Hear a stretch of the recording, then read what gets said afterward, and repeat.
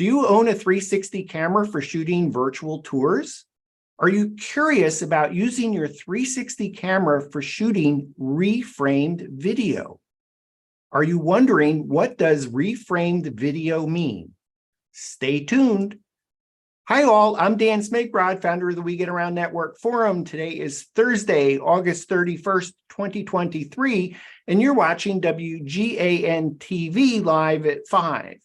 We have an awesome show for you today. Ben Claremont's top 10 tips for shooting and editing 360 videos. Our subject matter expert, 360 Video 101 course creator, Ben Claremont. Ben, thank you so much for being back on the show today. Dan, the pleasure is all mine.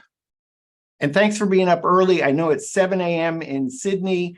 You're a trooper. So much appreciated. Ben, before we jump into the topic today, the top 10 tips for shooting and editing 360 videos, you're the creator of 360 Video 101 course. What is that course? Yeah, so many of you may or may not have seen me around online. I've got a YouTube channel where my focus is 360 cameras, both focusing on virtual tours. I've released a course previously called Virtual Tour Pro, which I know a lot of you have already become members of. But recently, my focus this year has shifted towards 360 video because this is one of the biggest, most emerging forms of content creation around right now in late 2023. And I get so many questions about 360 video, everything from which gear do you need, which cameras, how do you shoot, how do you edit, what's the best workflow for editing and reframing. And I wanted to create an all-in-one course that beginners to intermediates could follow to make better content with their 360 cameras. I think a lot of us are making content in many forms. We're offering virtual tours, we're offering a bit of video, a bit of photo to clients, as well as having personal brands. And something that I've been able to find a lot of success with over the years is making content for my personal brand, for clients, but just building an online presence. And a great way to do that is by shooting catchy reframed 360 videos. So I basically made an all-in-one guide for how to shoot and edit and reframe 360 videos. What is a reframed 360 video? Yep, good question. So a reframed 360 video is, I mean, many of you will be aware of 360 photos and virtual tours where it's in the immersive format, where you can look around in all directions and you're basically handing the viewing control over to your viewer. When you reframe it, you're basically pointing the camera in one direction, you're choosing the angle and you're moving around as you go. So with videos, this can create some really dynamic shots, especially if you're moving and you really use your keyframing well to create fixed frame videos, similar to what you would take on a GoPro, for example, but you have a lot more flexibility in working with a full 360-degree field of view. So if you're reframing the video just to pick a shot, why wouldn't you just do that with a video camera? Yeah, well, good question. The reason is video cameras, phones, GoPros, they only capture a very small window of your environment. Sometimes you're out at an unpredictable location. So, for example, I've just come back from a holiday to Queenstown in New Zealand, and I visited some truly amazing locations, and I'll share some of them a bit later.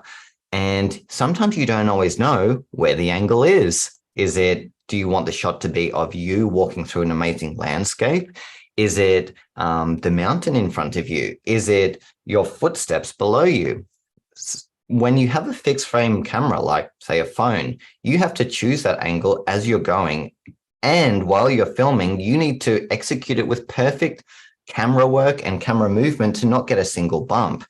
Whereas with a 360 camera, firstly, you're capturing absolutely everything around you. So you have the option to choose below, selfie view, the mountain in front of you, but also it has perfect stabilization. So when you're reframing in one direction, even if the camera is shaking heavily, it's going to be perfectly stabilized as if the shot were taken on a gimbal, which is pretty amazing for something so small. So it just creates really unique content opportunities and a lot more flexibility with shooting and editing video and photo content. So you're reserving the decision of what that video is going to look like until post-production, rather than having to make the decisions while you're actually wherever you are. Yeah. Yeah. I mean, you make basic creative decisions while you're filming. For example, where do you hold your camera while you're filming? This is something I'll dig into a bit in my presentation. But the creativity can happen on both ends, both in the shooting and the editing side. It's very simple. It gives you a lot more flexibility. It's actually surprisingly simple to film as long as your camera has a full 360-degree view of your environment, much like it would with a virtual tour. Then pointing it in whichever direction you like later is a very easy task. Mm-hmm. So for your new course, 360 Video 101, most of our audience are virtual tour centric. So they've probably have bought, if not Matterport, have bought a 360 camera specifically to do virtual tours. So I have a 360 camera. I'm using it for virtual tours.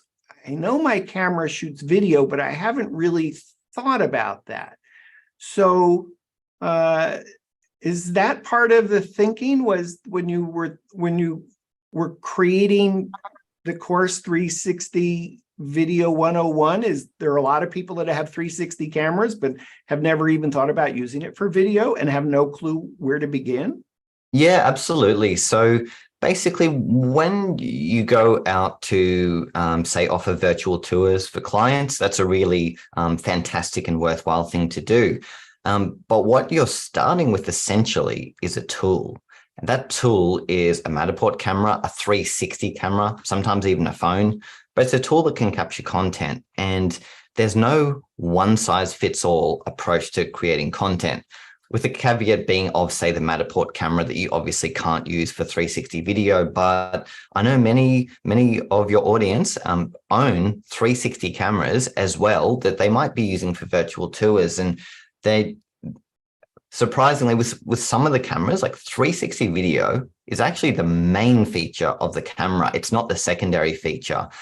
And especially depending on the camera, and I'll talk about cameras in a minute, some of the capabilities of these cameras are truly incredible, and the opportunities it gives you as an all-around content creator are fantastic, because if you're offering your services in the form of virtual tours to clients, then you want better visibility online for your business. And a good way to do that is creating content online for people to discover you. And a good way to do that is making catchy, reframed 360 videos that people can easily see on platforms like Instagram, YouTube, Facebook, even TikTok, because the immersive 360 video medium, it's not very widespread. It's not easy to consume right now. You need a VR headset, or you need a lot of patience to scroll around on your phone.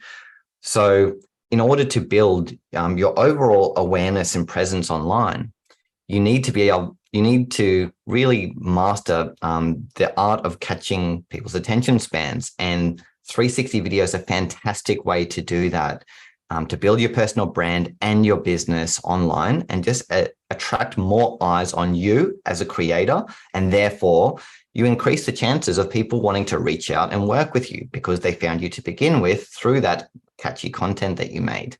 Well, it's interesting you mentioned that, because I did watch your video about Queensland, New Zealand. Queenstown, yeah. Excuse me, yes, on your YouTube channel, Ben Claremont YouTube channel.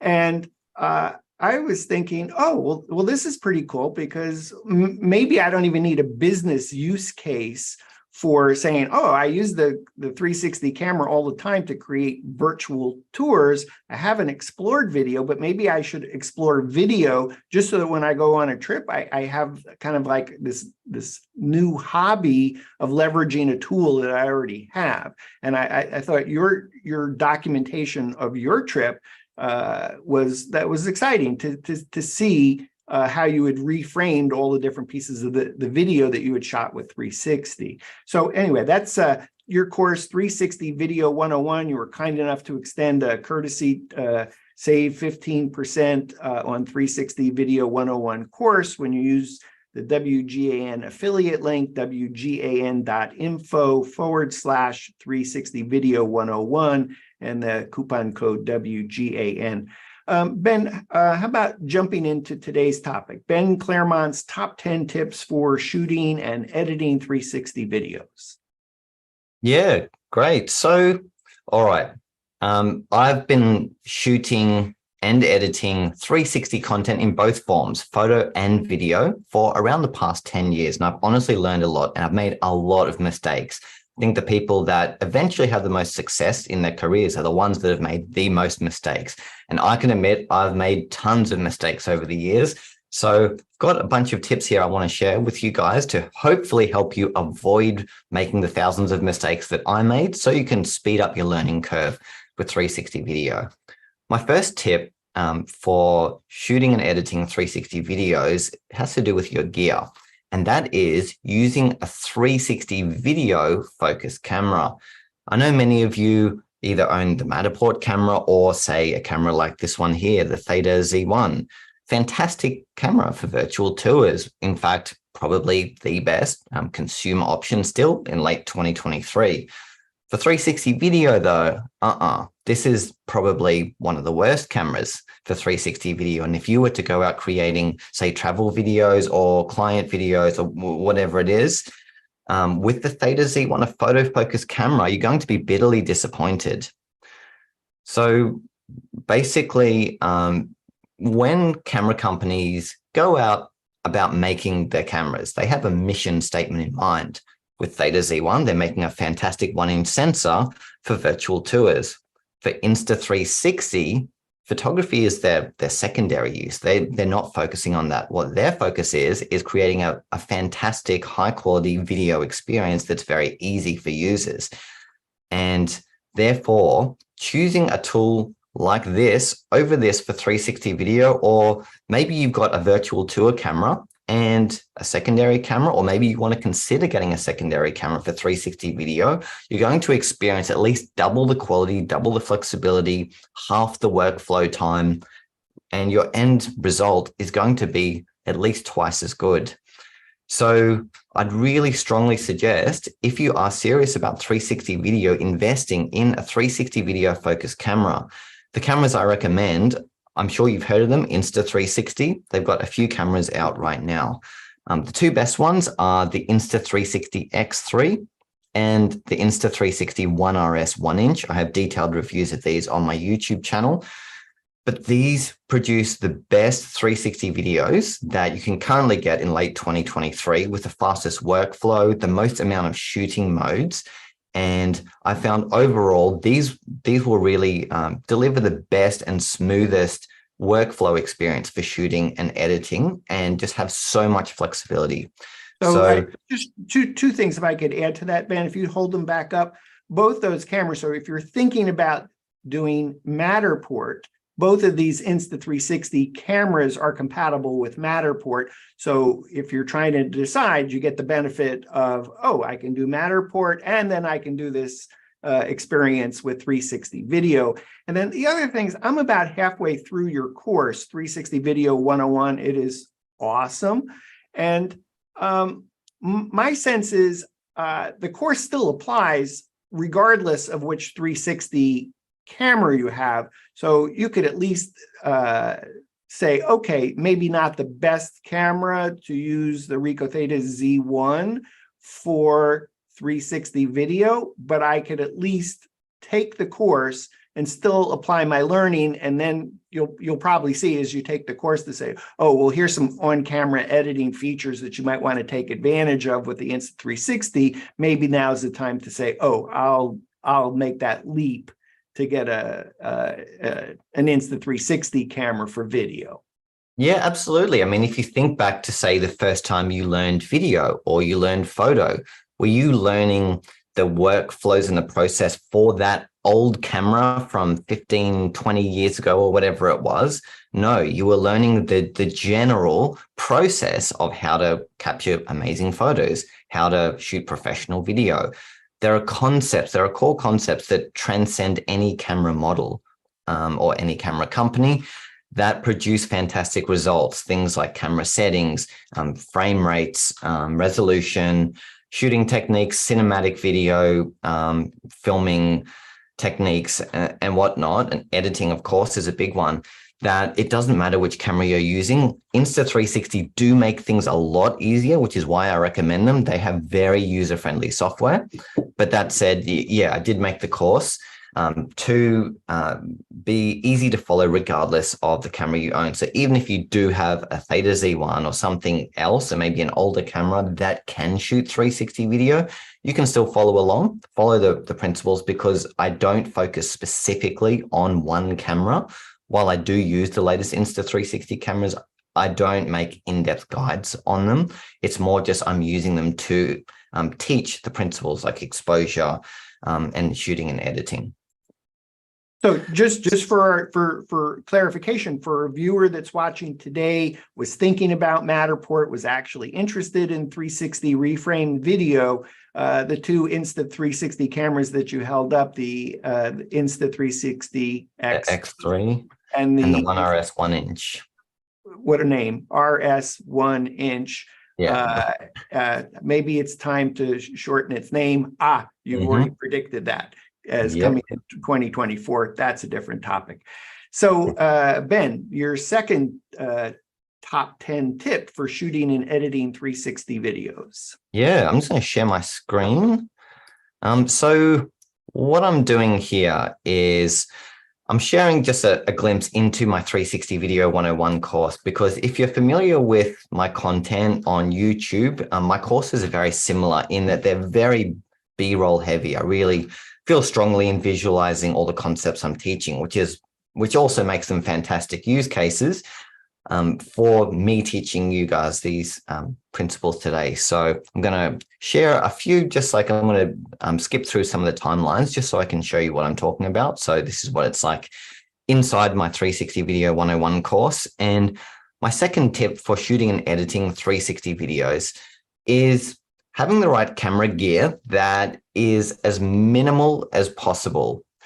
This is almost an art form. It's easy to go out and buy a big tripod or a monopod or a drone, but a lot of these accessories are seen in 360 videos or 360 photos and can be really hard to remove. So the art of creating a minimalist 360 camera setup, it's actually very underappreciated, but so essential. So what I like to do when I'm filming, something I'd recommend, is keep your setup as absolutely minimal and simple as possible. I'll be honest with you, I consider myself a 360 content professional, but most of the time I'm just filming on an Insta360 X3 and a free selfie stick that came with the camera. That's because this setup is so simple, so minimal, but it produces amazing shots and it's completely hidden. The selfie stick obviously becomes invisible after you stitch the files together, so you don't see it. This is really my go-to setup. The selfie stick and 360 camera, you can't go wrong with it. If you have an amazing location, all you need to do is walk around with your 360 camera on a selfie stick and you're basically guaranteed to get good shots. So how far you go with your setups is up to you. You can say, get a tripod or monopod that you use. A lot of the same monopods that you might use with a virtual tour, like the Bushman monopod. There's Best 360 make a monopod as well. There are a whole bunch of 360 camera friendly monopods. They do translate over to 360 video. The only thing is the monopod, the tripod shows at the bottom, so that requires extra editing. But there are other tools as well that I recommend that you may not have thought of. For example, here, what I've got my Insta360 X3 on a small camera spacer. And what this is it's a high-powered magnet. So you can use that, say, on a car, if you want to get a car shot, or you can attach it to any metallic surface. And there's no shortage of these. If you're going out filming in public, if you're on a holiday, even in real estate in houses, there's lots of metallic surfaces you can attach magnets to. This helps you create that minimalist setup. There's no tripod here. There's very minimal presence in the final shot. And it's simple to just reframe away from the magnet so people don't see it. That's the beauty of the reframed medium versus the immersive medium, is even though you can still see that small disc, it's very easy to just point the camera forward or up or backward. You don't need to point down at the camera roof, at the car roof. Another minimalist setup I love is there's this really cool accessory. It's called the Best 360 Camera Clamp. I've got it here as well. And this is a really good minimalist 360 camera accessory. You could even use it for 360 photos, really, but it's such a simple concept. It's a clamp with a tripod thread on it, and it fixes really tight so you can put it onto a railing like I am here. And then you just fix a selfie stick to it, and you're able to get some really innovative shots with almost no presence. I mean, that is literally the presence of this camera setup. So I've got a massive selfie stick here and my clamp, but it's completely invisible in that final shot. So keeping things minimal is the way to go. Little accessories like this are surprisingly effective, and they're also much more versatile. Here I've got the clamp attached in the car to the side of the car, and it's pointing across. Say this is the rear view mirror of the car here. When you reframe that, there's nothing. There's no selfie stick and there's no clamp. It's magic. Well, people that don't really understand 360 might see it as magic, but you and I, we know that there's camera gear there, but it's invisible camera gear. So that's really important to think about having invisible camera gear. There's a few different ways. There's lots of different accessories you can use. A ground spike is another one. I've got this pointy ground spike here, so you can like literally just put your selfie stick down into the earth and have your camera just sitting there. And again, that is invisible because the camera cancels out everything below it. That's the blind spot, as you would know from virtual tours. So it's as if there was no camera gear there at all because the ground spike is hidden in the ground. So I really recommend keeping it simple with the accessories. Selfie stick is your best friend. Don't be embarrassed to use it. I know there's a stigma around selfie sticks. When you see someone with a selfie stick with their phone pointing at them, you kind of roll your eyes. But with 360 cameras, this is becoming less stigmatized. And when you create that awesome content with it, you don't care if people are giving you that look, because when you show everyone else what you did, they'll be amazed by it. So really recommend keeping things minimal, keep it simple. There's so many ways you can use just simple tools like this. So for example, here I've got the clamp and selfie stick. This is an amazing view over Circular Quay here in Sydney. There's the Harbour Bridge and the Opera House. So I literally just put this setup here on the edge of this railing. So I was able to get my X3 up to capture this amazing perspective. This is two accessories here. Here I'm using actually the power selfie stick, which is a charged selfie stick that charges your camera as you go. But it's literally two accessories, clamp and selfie stick. And then I've got like amazing 360-degree views over Sydney Harbour. So yeah, that's my tip 2 is really thinking about your minimalist camera setup. Well, I would add to that, Ben. I watched a number of the classes within 360 Video 101 about gear, where you talk about gear, and I would just I'm watching it. All I keep going is, oh, succeeding faster. It's like, oh, you can take a long time to like research all these pieces of gear, but you've been doing this for 10 plus years. You know all these different pieces of gear and which piece of gear to use under what circumstance. There were examples of batteries, lighting, your clamps that you were talking about, and then you graciously link to each of the pieces of gear. So I always talk to our audience about, well, succeed faster. And your course is all about that, because every second of your course is literally a new tip, another tip. This is how to do it. This is the workflow. This will save you time. This will make it easy. Here's how to save money. And at the same time, you still come back to use the least gear possible so you don't trip yourself up. Yeah, Yeah, absolutely. I mean, simple is always better, including with your workflows as well. I'm sure you've seen many people out there that will take an hour to teach a 10-minute topic. I'm the opposite. I take a minute to teach yes. a 10-minute topic, and that is literally what the course is filled with. It's like literally hundreds of hours of insights and information condensed down to around 5 hours, or just over 5 hours in total. But it's really jam-packed with value, and that was my mission. Literally every second. And you're so great about not just talking, but I actually talk about the B-roll, the visuals that you're showing to illustrate everything that you do. I just, even for virtual tour photographers, seeing how you do lights and keeping the lights out of the cameras and the special lights, so even apply to virtual tours. Top 10 tips for shooting and editing 360 videos by Ben Claremont, tip number 3. Yeah, all right. So my next tip is to do with shooting and exposure. So I've got another just snippet here from the course. And so here we've got an example of dynamic range. This is a concept I know many of you will be familiar with from virtual tours. Perhaps you can even relate to what you're seeing in front of you from virtual tours. This is something that we've all faced at one point, getting extremely bad dynamic range in virtual tours, often because you've got bright lights, bright sunlight coming in through windows that is completely blowing out your shot. And as a result, you lose detail. So here you can see in the highlights, there's no detail here. That's just one consistent color. And here in the shadows, we've all basically got black, and that's going to be really hard to color correct.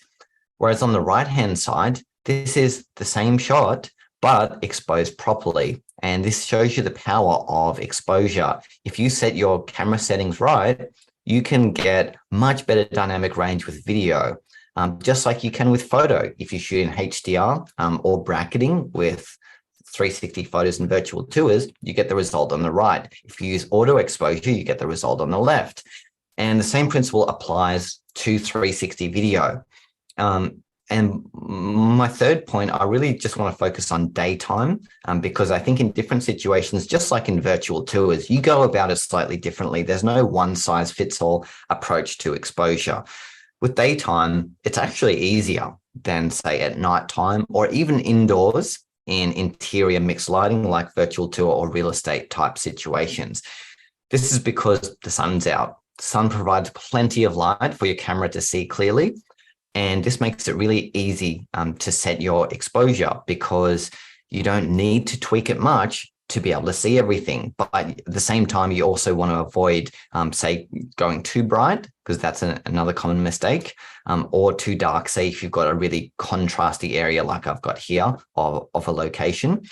So there are a couple of ways to approach exposure during the day. So this, firstly, I'd say it depends on the camera you're using and how much flexibility and how many shooting modes you have. For recent Insta360 cameras like the X3, some of them have inbuilt what they call active HDR. Oh, I think my screen stopped. Oh, I'm sorry. I did that. I thought you were done on that topic. No. Okay. No. Okay. Okay, let me just, there we go. Yeah. Yeah. Still just using this. Yeah, so they've got active HDR, and that creates more of a look like this, straight out of the camera, using active HDR. So it essentially is like auto exposure, where it gets, say, the dark exposure, the light exposure, and a middle exposure, and blends them all together. And it does that instantly. So that can be a good way to go sometimes, but not all the time, because auto exposure also brings things with it, like too much ISO, so meaning too much grain, or sometimes inconsistent shutter speeds or the wrong shutter speeds. So While I would say that you could use HDR video outside, and that is a good option if you own a camera like the Insta360 X3, sometimes just the regular auto exposure is fine. And then in certain situations like high contrast, you'll want to go into manual mode. So for example, something like this, this is a really tricky lighting situation because you've got a lot of darkness here. This location was extremely dark. And it was hard to expose this, yet you've got those pops of highlights coming through the windows here. So this is when I went in this kind of situation. So this is, I guess, what you call an interior shot. This is when you'd use manual mode. So you can avoid it being too dark and also too bright coming from the highlights, but also noise as well. Noise can get quite extreme when you're shooting indoors, and it can be more noticeable with video than photo because video is moving, and with moving shots, like you actually see the noise playing out sometimes. Like if you zoom in really close, you can see like little pixels moving, and it doesn't always look good. Hence why, shooting in manual mode, in those kind of scenes will lead you to getting better dynamic range. So that kind of concludes my tip for daytime. HDR video is especially good in high contrast outdoor scenes. Auto exposure, I would use in broad daylight. It's actually okay because there's plenty of sun. But then manual mode, you'll want to use in interiors and shots where there's a chance of low light, noise, just anything that can potentially create those artifacts and imperfections in your shots. You want to just make sure you choose the right one for the location you're in. And in the 360 Video 101 course, I covered this in depth, how to determine how to go about exposing your shots, whether you're indoors, outdoors, at nighttime, daytime, just a really simple breakdown of that. I'd add to that, Ben, as a photographer, a still photographer, I understand manual mode and the relationships between ISO and f-stop and shutter speed and how to use my still camera. But video is like, that's a foreign language to me. It's an international language to me. And so, I previously have tried using 360 video, put it on automatic setting and just let it do its thing. And I really gave up. I think your course is starting to give me the confidence to say, oh, this is how ISO, shutter speed, aperture, dynamic range, night, day, movement, not moving, camera moving, camera not moving, me moving, I'm not moving, all those things together. And that's probably where you did probably like thousands of hours of testing with different cameras in different scenarios to be able to point out, to say, if you're shooting in bright daylight, here are those settings to try to start with. And if you're shooting at night, and if the camera is moving at night, and it's like, oh, okay, I get it. So I think it's just tremendous of what you've done in 360 Video 101 course to give people the confidence to say, oh, I could tackle video with the camera that I already own, or oh, maybe I need to upgrade to a 360 camera that video is the first priority. Yeah, absolutely. I mean, just like with virtual tours, there are so many insider tips that make all the difference. I mean, we've all learned them over the years from either making mistakes or having successes. You learn big things that you swear by, rules and techniques and workflows that you swear by because you went out to learn the right thing, the right way to go about it.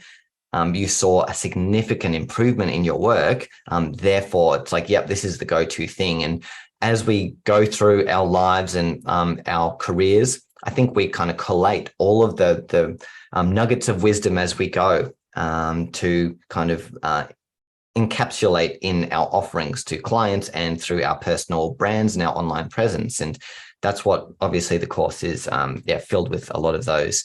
So now I want to move on to my next tip 4, and it kind of piggybacks on the exposure principle during the day, but I want to tackle how to expose during the night or low light scenes. So I'm just going to share again. So this is a whole new world, nighttime, because your camera doesn't have as much light to work with here, unfortunately, because you obviously don't have the sun out. So you need to be able to make the most of available light sources. So firstly, finding locations that are 360 friendly and can light up your scene like this one here, but then also exposing that scene properly.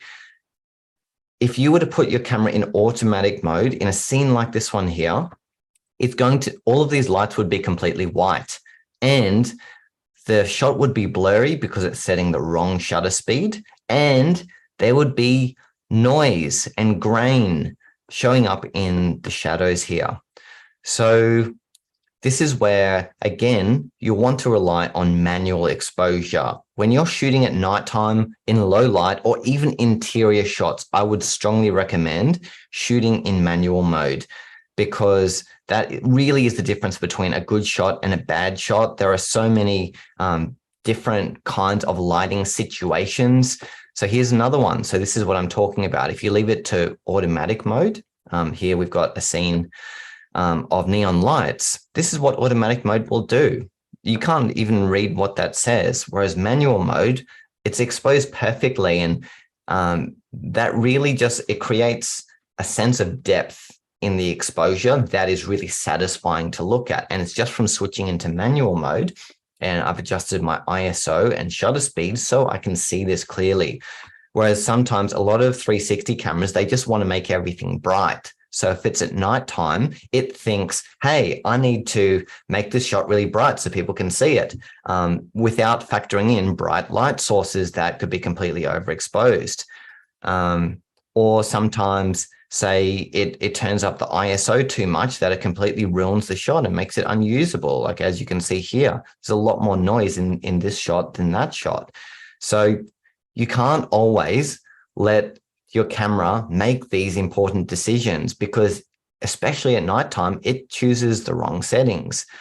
So yeah, in the course, obviously go into this in more detail, cover whole wide range of different shooting situations. This one, for example, it was almost pitch black here in this scene. Like I could barely see what I was filming.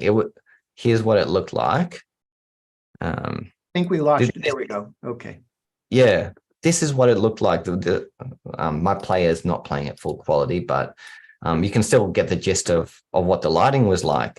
It was like pitch black here, but because I set my exposure properly, I was able to see it properly with minimal noise, minimal shake. So the power really of setting your exposure manually can be so powerful in making your shots look professional.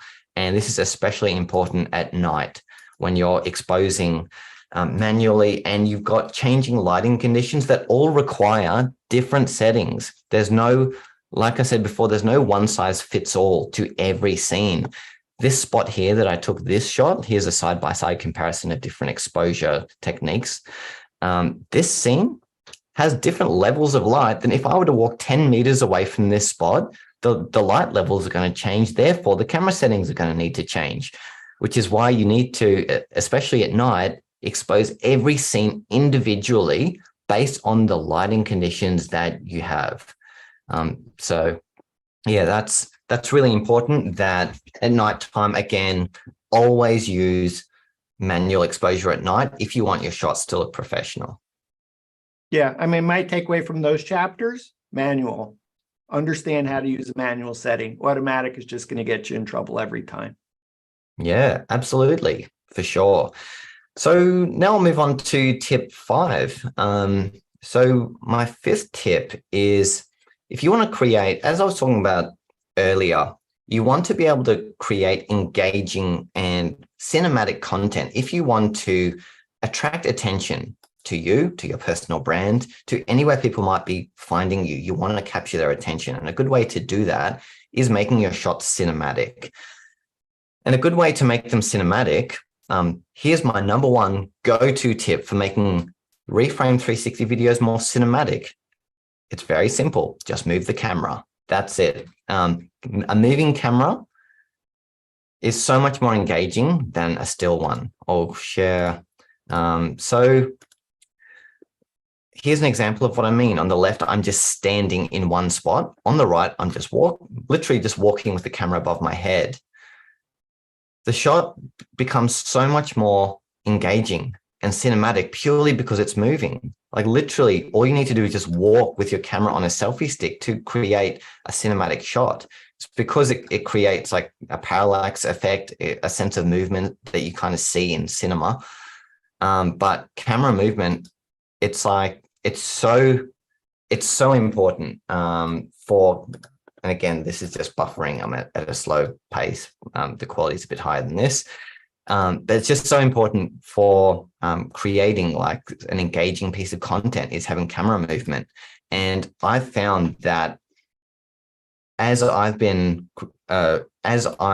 evolved as a content creator, something that I've done more and more along my journey that has led me to, I'm currently at 160,000 subscribers on YouTube, is creating more engaging content that is really highly moving and cinematic and just really constantly just trying to find the right word for it. It's like always moving. If I were to simplify it, like for all of my Reframe 360 videos, the more experienced I've become as a content creator, the more I've relied on camera movement to capture those short attention spans.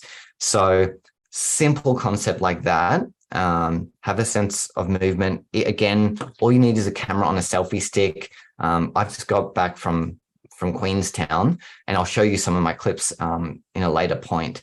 But almost all of them were moving, and that just creates such a better and more cinematic feel that will capture that short attention span. I know in that particular class within the 360 Video 101 course, you go into lots of tips for cinematic experience. And it was like, oh, this is like, oh, again, you've condensed into a short amount of time, years worth of knowledge and experience. And you do have all these different things about, okay, you want to make sure that it's right in the center of the shot for that cinematic effect. You want to make sure that you take advantage of that blur experience on the sides while you're moving. You know, you have so many different examples that you give in terms of cinematic. I know it's hard to probably even just say, keep the camera moving, because your mind's racing with all those things that you want to be able to share with people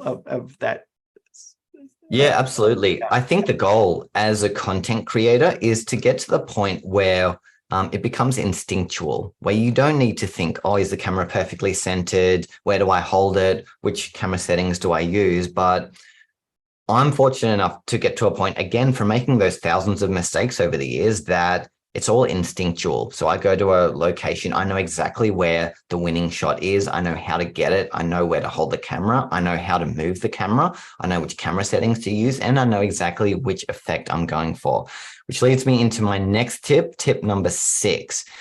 And that is using effects, especially amazing effects like the hyperlapse effect. So I'm going to share this lesson here from the course, my top 10 tips for 360 video hyperlapses. Hyperlapses, I'm sure you've seen them before. They're amazing. They create this amazing like flying effect, and you add motion blur in Insta360 Studio. That is like truly captivating. Like this is such a good way to capture short attention spans through effects like this. Like here I'm reframing a hyperlapse, and so I filmed it for roughly, so my recommended length for filming these, by the way, is between 2 and 20 minutes to get like a really cool reframed hyperlapse. But this effect, honestly, like it's undeniable how captivating it is. Like content needs to be fast paced and fast moving. And hyperlapses are a really good way to condense really long stretches of time into a short bite-sized chunk.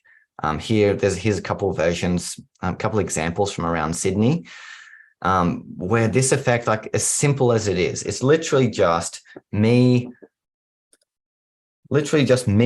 with my camera on a selfie stick.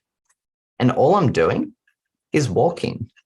I'm just walking from A to B. If you saw me filming these effects in real life, you would feel almost disappointed that it's so anticlimactic. It's just me like this walking for 10 minutes. But that said, even though it seems simple, once you get into editing and reframing, it just comes to life and creates this amazing shot that can completely captivate audiences. And especially paired with an amazing location, you can create truly amazing shots. And again, this is just through utilizing what a 360 camera is. It captures everything. Therefore, you're able to capture a hyperlapse that you can reframe in any direction you like, and create amazing effects when it seems like you're just a dude, like a tourist with a GoPro. I'm not sure what you're doing, kind of lost, wandering aimlessly, but you're actually very deliberately capturing these amazing effects. And again, I'm a big fan of simplicity. Life should be simple. And same with capturing content. It should be simple. So Yeah, if I may, I would encourage our viewers to go to your YouTube channel, Ben Claremont YouTube channel, see examples, or better yet, buy the 360 Video 101 course and see the examples. I think when you do the examples on WGAN-TV Live at 5, the technology that we're using and the screen sharing, it kind of loses a little bit in translation, so you don't really see the clarity and the magic of what you're doing. And when you do look at the videos that you've created without the encumbrance of our technology for doing the show, you go, wow, that's amazing. How did he do that? Yeah. Yeah. Again, yeah, I mean, it's a video medium, obviously. So absolutely would recommend kind of as a place to start, check out my YouTube channel. I'm obviously screen sharing, but the quality kind of buffers down for fast playback sometimes. I just add one more thing before you go into top 10 tip number 7 is all those things that you've learned over time that have become muscle memory. So I think a lot of us have things that we do that are in muscle memory.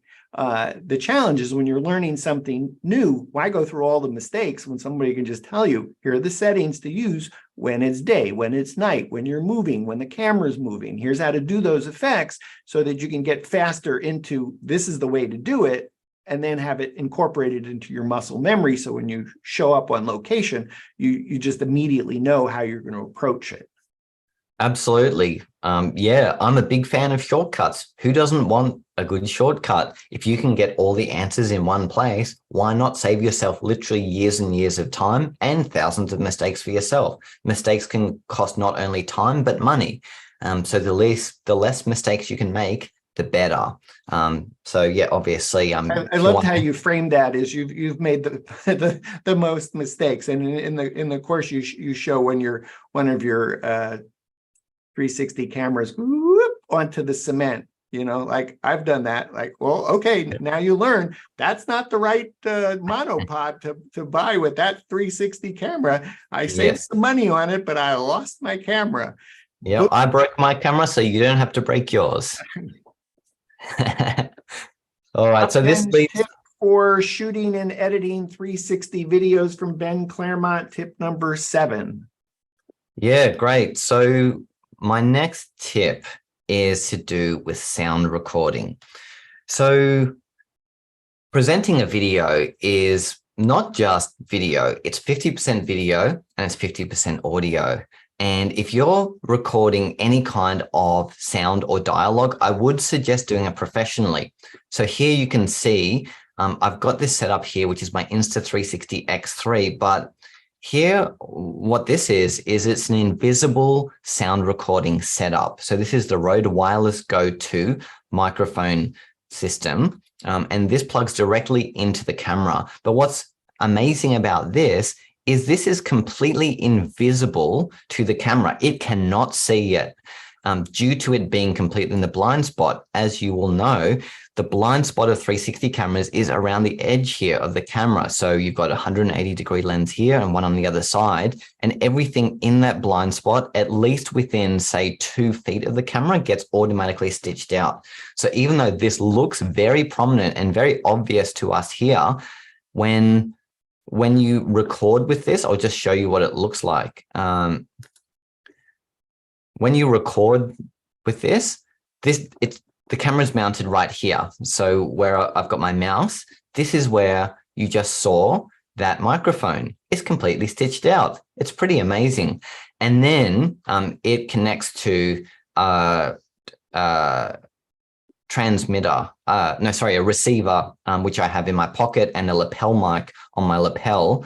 So I'm recording professional audio, and it's done directly into the camera, so I don't have to sync it later on. So this is professional quality audio in a loud location like the beach here. When you're filming out in public, it's always loud. It's never quiet. So if you are recording dialogue, I would suggest a setup like this. Again, if you want to find my exact setup and how to make it work, how to use the proper audio settings for a setup like this, I go through this in depth in the 360 Video 101 course. Ben, I'm not quite done with the course. I got about halfway more to go. Is there, and I know in one of the sections where you talk about lighting and you have this special setup with two lights, they're invisible to the camera. Does that also work with that microphone so that you could actually, if you necessary, have the 2 lights, have the professional sound recording and have it totally invisible? Yeah, absolutely. So what you're referring to is the Bushman halo light. So it's like a round circular light that fits underneath a 360 camera. And there's also a double light setup where you can have one underneath and one above. So that's above and below, but the microphone setup is on the side. So there are multiple sides to a 360 camera. So absolutely you could, definitely. Okay, cool. Ben Claremont's top 10 tips for shooting and editing 360 videos. Tip number 8. Yeah. So tip number 8, now I want to move into editing because we've covered a lot of shooting and a lot of gear.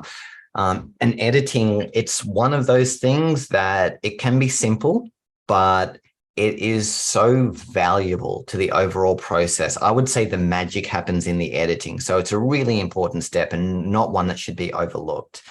So the first decision you'll need to make as a 360 video content creator is which editing platform are you going to use? Because just like with virtual tours, you pick a platform, you've got to invest in it, you've got to learn it. You're not just investing your money, but you're investing a lot of your time in mastering that platform, getting good at it and producing work to a high level.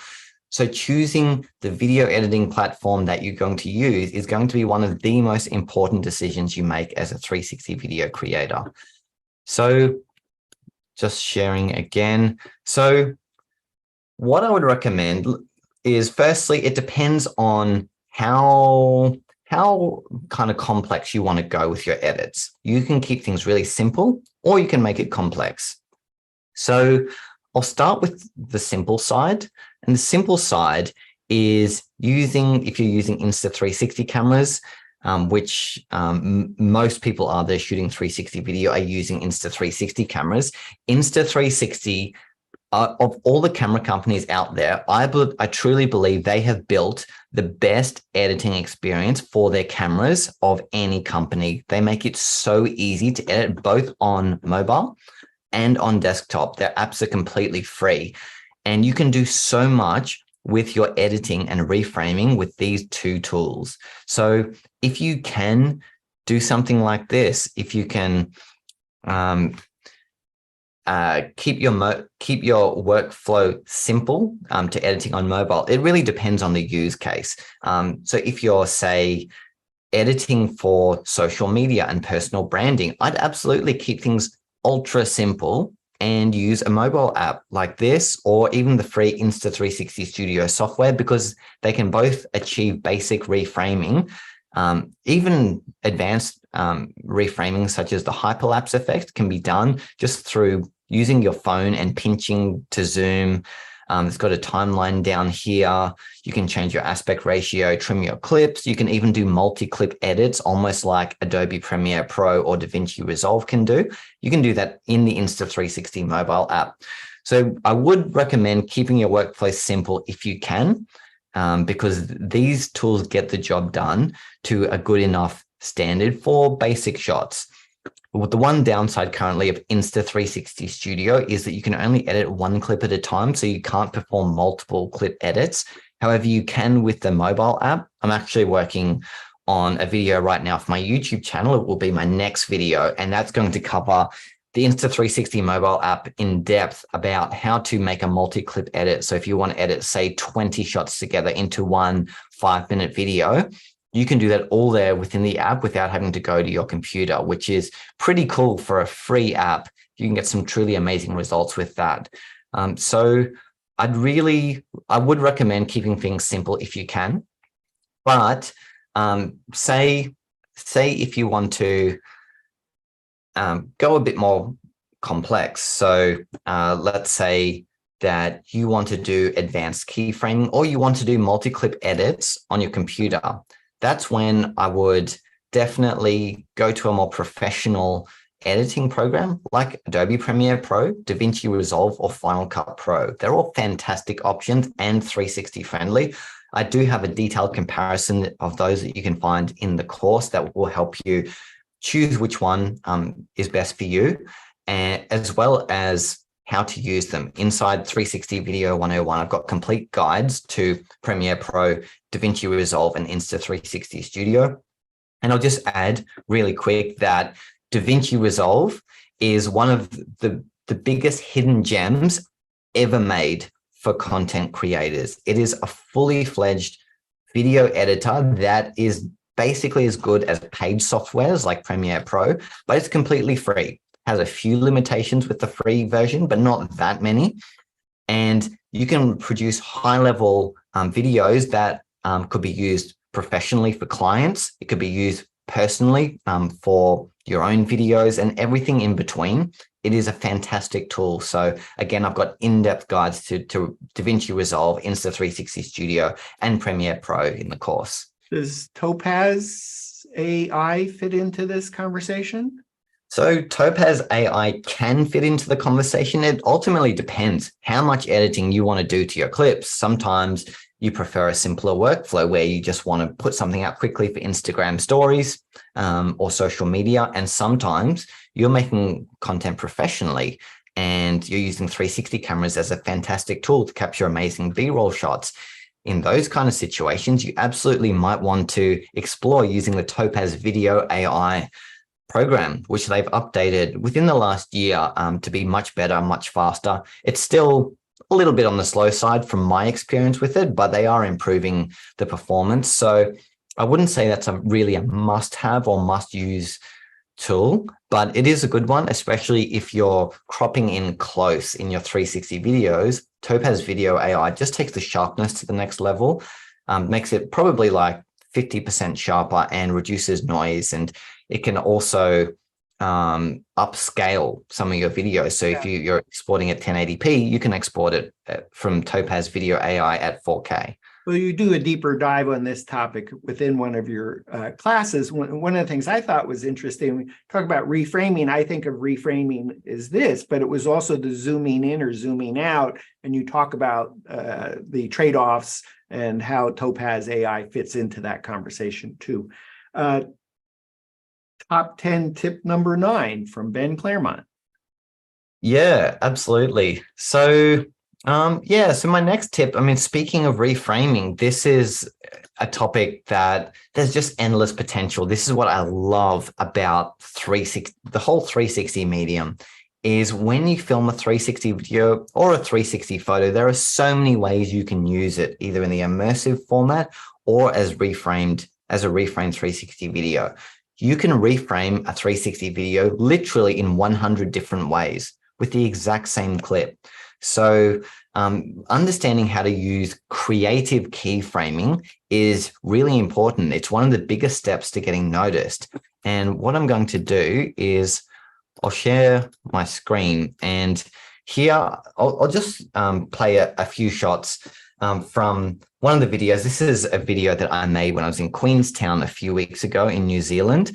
And I went there with my Insta360 X3 and 1-inch camera, and I got some of the best shots I've ever taken here. And just simple creative concepts go such a long way.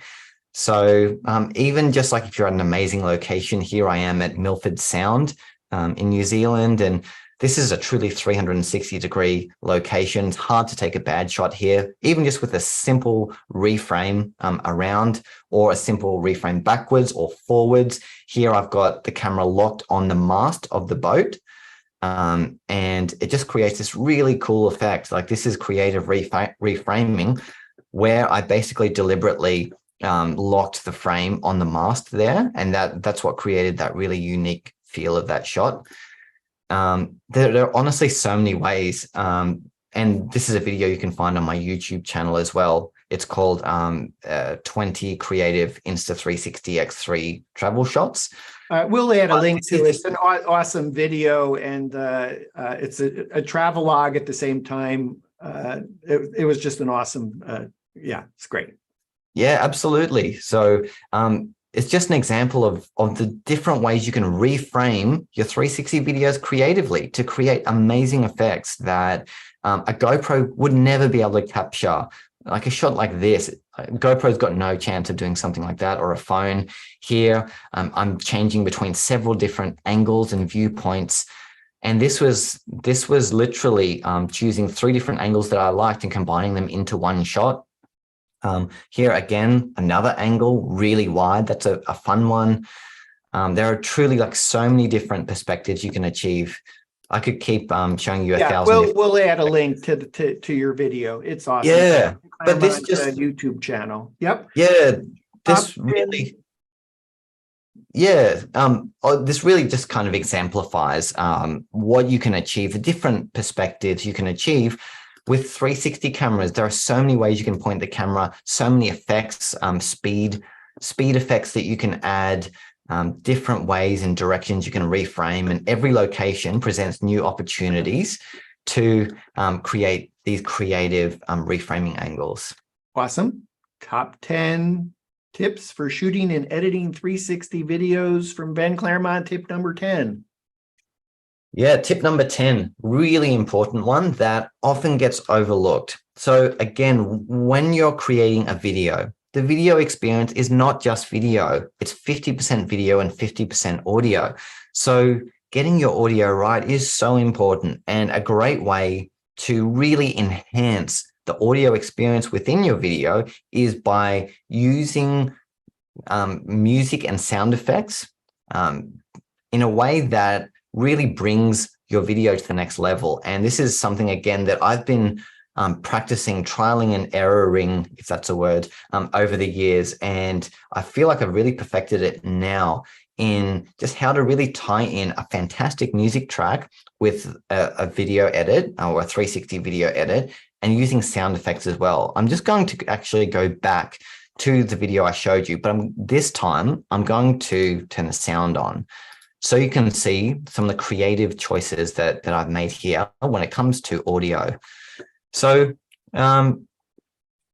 so the way I go about adding audio and sound to a clip, to a video, is what I'll do is first I'll get my timeline. So actually in the course, I've just added like a full breakdown of this edit and how I shot and edited this entire sequence. So the way I go about adding audio is first I'll just start with the video. So I've got all of my clips here in Adobe Premiere Pro. So there's 20 shots here that I had laid out. And when I started this timeline would have been around 8 minutes or so, but the music track I found, and I use Epidemic Sound for my music. It's a fantastic source of music. I found this track that I just knew it was the winning track. There was no doubt this was the right track for this video. But the problem was, I think it was around 2 minutes and 50 seconds, which meant my video had to be 2 minutes and 50. So I had to basically insert that into the video edit and then cut down the clips to fit perfectly within this editing sequence, which means every shot is around 4 to 5 seconds. Some of them maybe up to 8 seconds. But firstly, this is just a side note as well, by the way, not to do with audio or music, but well, that's a bonus tip is how yeah, long. bonus tip is keep your shots no longer than 5 to 10 seconds. Attention spans are short. So that's why I use this music track to dictate how long my clips were going to be. With the timing of the music, it meant if I were to fit 20 shots in, they had to be no longer than around 6 seconds maximum each. So I was able to use the timing of the music and the beats, and you obviously play back a track, or you play back your video edit a lot throughout the editing process, and you get a sense of the timing. So these little bits in here, so you can see this bottom layer are my clips. This timing is like perfectly on 4 seconds between, say, this section here, and that's also in sync with the beats of the music. So there's a beat here, beat here, beat here, beat here, beat here, and so on. So timing your shots with the music is really important because it creates a fantastic, seamless experience. I'll just give you an example of what I mean by kind of the timing and the fast pacedness. I'll just turn on the sound. So I'll just play a few of them.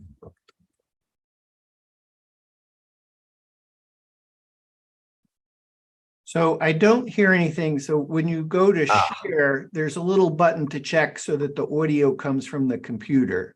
Okay. Go slow when you go to share, and you'll see a little button that says share computer audio. Okay. You know what? Maybe I'll just tell you what, we'll link back to your video so everyone can see the pristine version of it, and I'll take care of that in the show notes.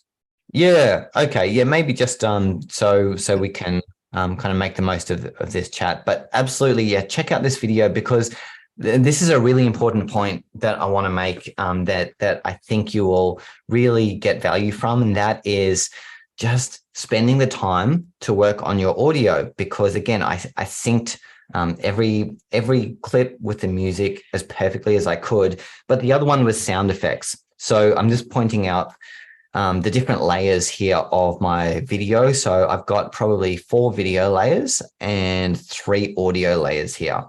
So the 3 audio layers, since that is my point 10, the middle one is my music track. As you can see, that goes from start to finish, but the other ones are my sound effects.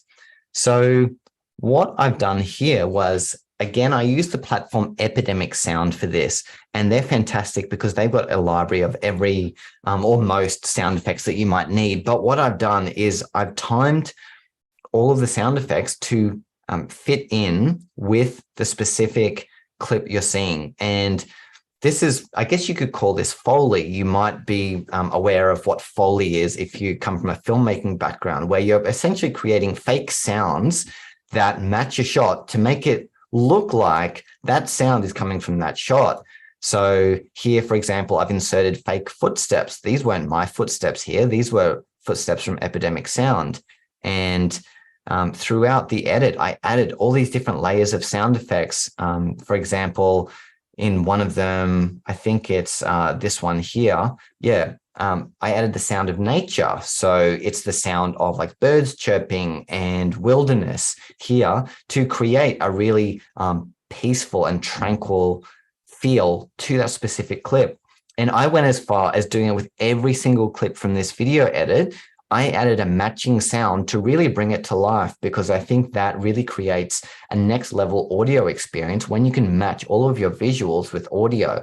So this is a prime example of, and again, I would suggest checking out the clip, which Dan will link, but you'll get a really strong sense of how I've used the music track and the audio effects to really bring this video to life, this Reframe 360 video montage.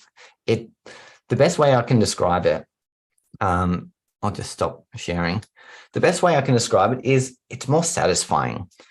When you're watching content, you're doing it because you're looking for a sense of satisfaction. If you watch a TV show, it's because you want to see the drama, the comedy, you want a sense of satisfaction and entertainment.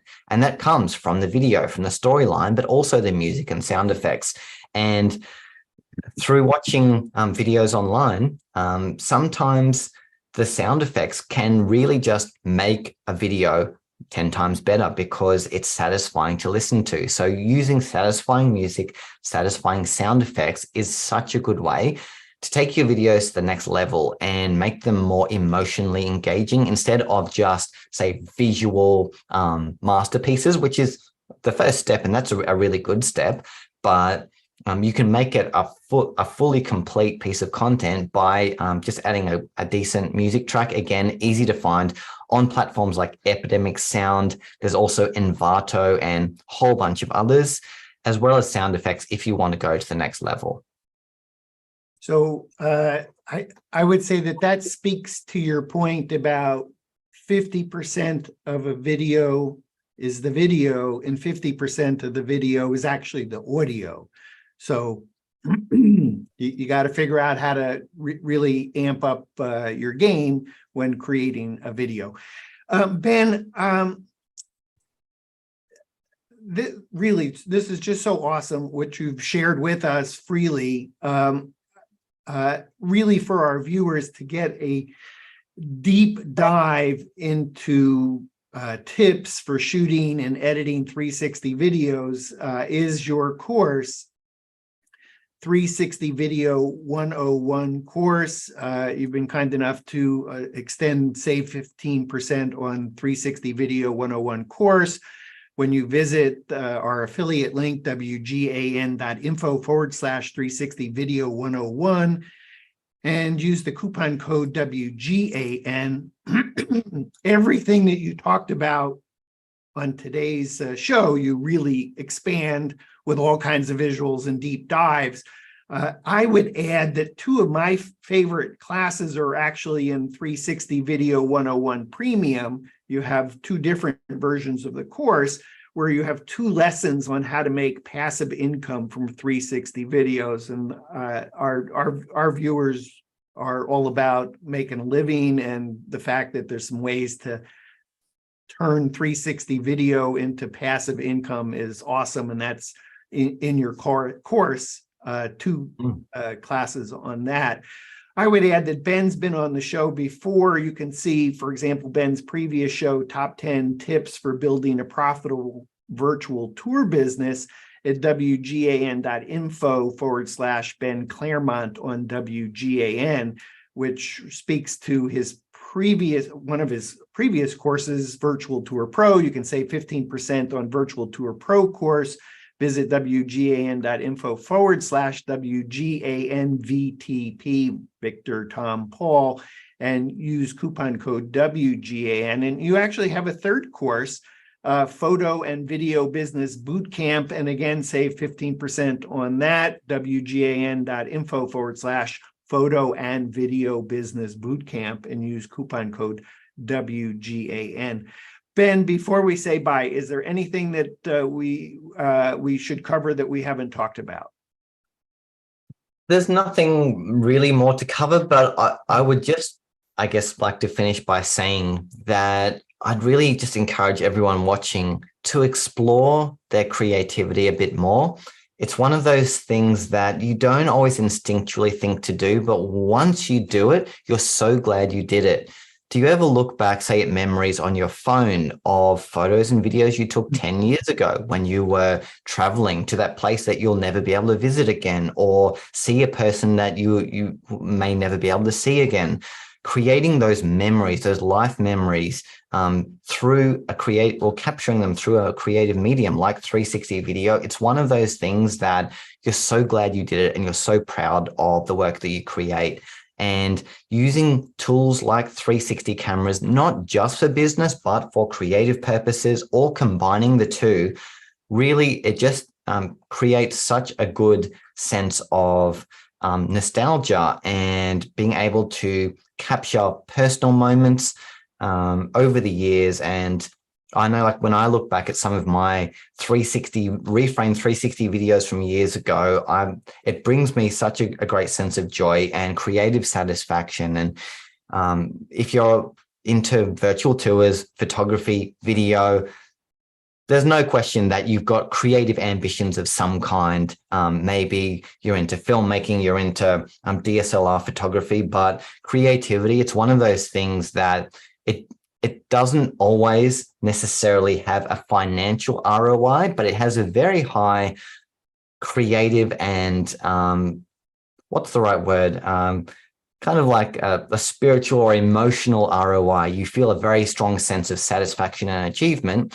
from being really creative and capturing your world and the various things that you're doing. And it's a new and emerging medium. These tools are absolutely professional tools, and these techniques can be used professionally. Everything that I covered today and everything that you'll find in the course can absolutely be applied to professional video creation as well. Using 360 cameras as B-roll for professional productions. It's already being done. You see 360 cameras being used in music videos, in travel shows, travel vlogs, so many professional use cases for it. So I think it's one of those things where, yes, it is a creative tool and you can use it solely for creativity. You can use it solely for business or for a bit of both. And for me, I find the bit of both to be the sweet spot of what makes me the most satisfied as a content creator, as a photographer, videographer, and just all around 360 creator. Ben, thanks for being on the show today. My pleasure. We've been visiting with Ben Claremont, creator of 360 Video 101 course, as well as 2 other courses, has this awesome YouTube channel, Ben Claremont YouTube channel. Check it out. For Ben in Sydney, I'm Dan Smigbrod, founder of the We Get Around Network Forum, and you've been watching WGAN-TV live at 5.